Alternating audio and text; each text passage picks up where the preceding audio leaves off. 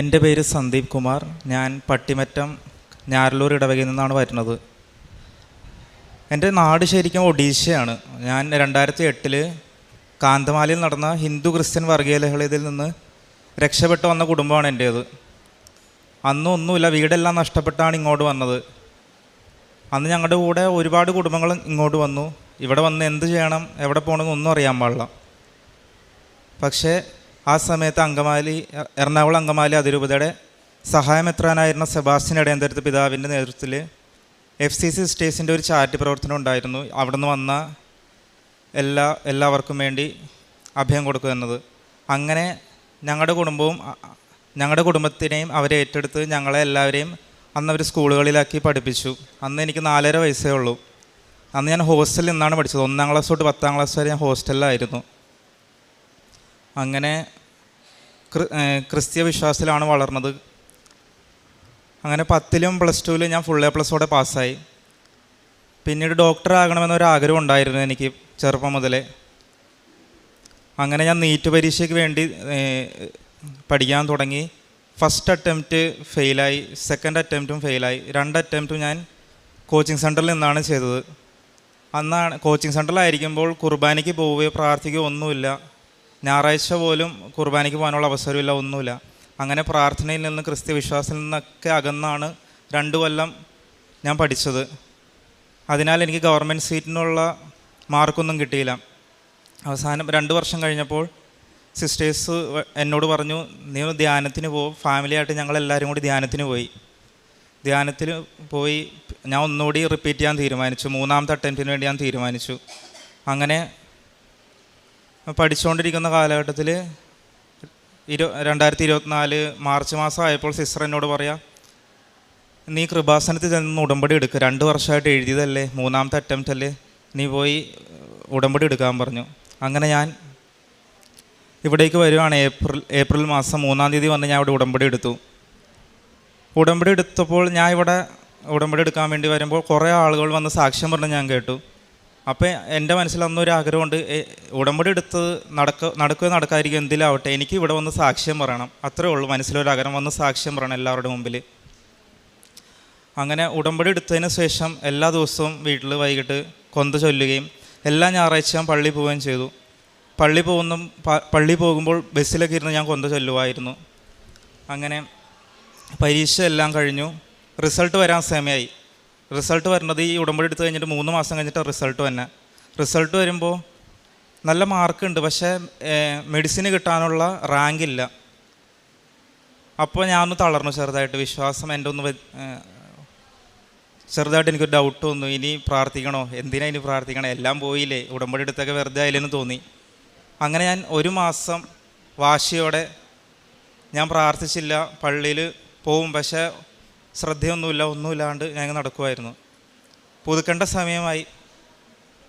എന്നാൽ സിസ്റ്ററിനെ പോയി കണ്ടു. സിസ്റ്ററെ, മാർക്കില്ല, ഗവൺമെൻറ് സീറ്റൊന്നും കിട്ടൂല, എന്ത് ചെയ്യണം?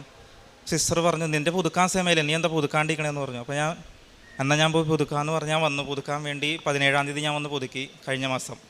എന്നിട്ട് ഞാൻ ഇടയന്തരത്ത് പിതാവിനെ പോയി കണ്ടു. എന്നിട്ട് പിതാവ് എന്നോട് പറഞ്ഞു, പിതാവ് ഗവൺമെൻറ് സീറ്റിനുള്ള മാർക്കില്ല, എന്ത് ചെയ്യണം? അങ്ങനെയാണെങ്കിൽ നീ പ്രൈവറ്റിൽ വെക്കാൻ പറഞ്ഞു. അപ്പോൾ അതിന് വലിയ ക്യാഷ് ആവില്ലെന്ന് ചോദിച്ചപ്പോൾ നമുക്കത് പ്രാർത്ഥിക്കാം, എങ്ങനെയൊക്കെ ദൈവം തരുമെന്ന് പിതാവ് പറഞ്ഞു. അങ്ങനെ ഞാൻ ഉടമ്പടി പുതുക്കിയിട്ട് അലോട്ട്മെൻറ്റിന് വെക്കുകയാണ് പ്രൈവറ്റ് കോളേജുകളിൽ. പിതാവ് പ്രത്യേകം പറഞ്ഞു സെൻറ്റ് ജോൺസ് ബാംഗ്ലൂരിൽ വെക്കാൻ പറഞ്ഞു. അങ്ങനെ ഞാൻ കർണാടക സ്റ്റേറ്റിൽ സെൻറ്റ് ജോൺസ് എന്ന് പറഞ്ഞ ഒറ്റ കോളേജ് ഞാൻ വെച്ചുള്ളൂ. കർണാടകയിൽ ഒറ്റ കോളേജിന് മാത്രം അലോട്ട്മെൻറ്റ് കൊടുത്തുള്ളൂ. 31-ാം തീയതിയാണ് അലോട്ട്മെൻറ്റ് റിസൾട്ട് വന്നത്. അന്ന് എനിക്ക് സെൻറ്റ് ജോൺസ് കോളേജ് അലോട്ടായിരിക്കുകയാണ്. 8,11,000 ഫീസ് എവിടെ നിന്ന് കൊടുക്കും? വീട് പോലും ഇല്ല.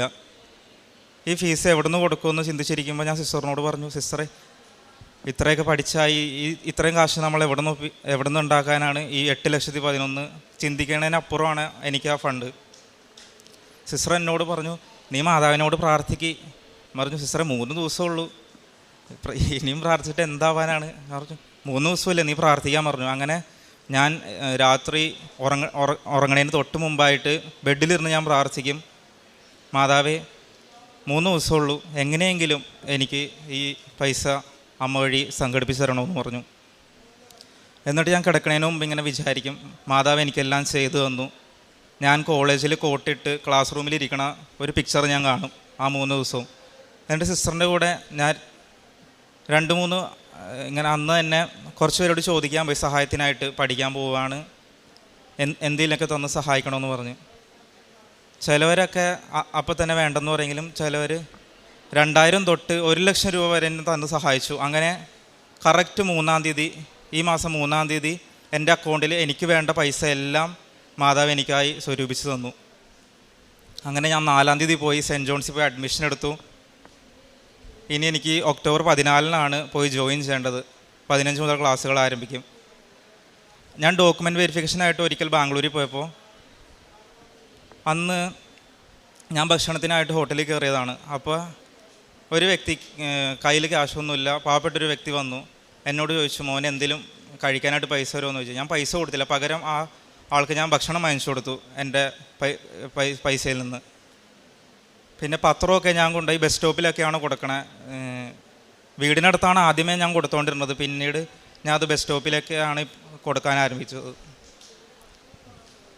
ഇത്രയൊക്കെ ആയി. പക്ഷേ ഇനി ഫസ്റ്റ് ഇയർ ഫീസേ ഞാൻ അടച്ചിട്ടുള്ളൂ, 8,11,000 ഫസ്റ്റ് ഇയർ. ഇനി സെക്കൻഡ് ഇയറിൻ്റെ ഫീസ് ഒന്നുമില്ല കയ്യിൽ. എവിടെ നിന്ന് സംഘടിപ്പിക്കുന്ന ഒന്നും അറിയാൻ പാടില്ല. എന്നാലും ഒരു വിശ്വാസം, അത് തക്ക സമയത്ത് മാതാവ് എനിക്ക് ചെയ്തു തരും. അതിനാൽ ഈ സാക്ഷ്യം ഇവിടെ ഒന്ന് പറയാൻ എനിക്ക് അവസരം തന്ന ദൈവമാതാവിനും ഈശോയ്ക്കും ഒരുപാട് നന്ദി. സന്ദീപ് ഉടമ്പടിയിലേക്ക് വന്നു കഴിഞ്ഞപ്പോൾ ആത്മീയമായിട്ട് കുറേ വളരുകയാണ്. ഞായറാഴ്ച കുർബാനയെല്ലാം ക്ലിയറായി. ഞായറാഴ്ച കുർബാനയ്ക്ക് പങ്കെടുക്കുന്നു എന്ന് മാത്രമല്ല, വണ്ടിയിലിരിക്കുന്ന സമയത്തും ജപമാല ചൊല്ലി ഒരുങ്ങുകയാണ്. കുർബാനയ്ക്ക് മുൻപായിട്ട് വ്യക്തിപരമായ ഒരു ബന്ധം വരികയാണ്. ഉടമ്പടി എടുക്കാൻ വന്ന സമയത്തും ഉള്ളിലൊരു ആഗ്രഹം വരികയാണ്, ഇവിടെ വന്ന് സാക്ഷ്യം പറയണം, മറ്റൊന്നും ചിന്തിക്കുന്നില്ല. അത് ദൈവം കൂടെ നടക്കുന്നതിൻ്റെ അടയാളമാണ് ഉള്ളിൽ നമുക്ക് ലഭിക്കുന്ന സന്തോഷം. അതേപോലെ തന്നെ എങ്ങനെ ഈ പൈസ കിട്ടും എന്നൊക്കെ ആകുലപ്പെടുമ്പോൾ ലഭിച്ച തുക, 3 ദിവസം കൊണ്ട് ലഭിച്ച തുക, അത് കൃത്യമായി അടയ്ക്കേണ്ട ഫീസിന് വേണ്ട തുകയാണ്. കൂടുതലുമല്ല കുറവുമല്ല. അതായത് ദൈവം പരിപാലിക്കുന്നു എന്ന് ബോധ്യപ്പെടുത്തി കൊടുക്കുകയാണ്. ഇനിയുള്ള കാലഘട്ടങ്ങളിൽ അതുപോലെ തന്നെ ദൈവം കൂടെ നടക്കും. ഉടമ്പടി ജീവിതം അങ്ങനെയാണ്, ദൈവം കൂടെ വിടുന്നൊരു ജീവിതമാണ്. പരിശുദ്ധ അമ്മയിലൂടെ ദൈവം നൽകിയ അനുഗ്രഹങ്ങൾക്ക് കൈയടിച്ച് ദൈവത്തെ മഹത്വപ്പെടുത്താം. യേശുവേ നന്ദി, യേശുവേ സ്തോത്രം, യേശുവേ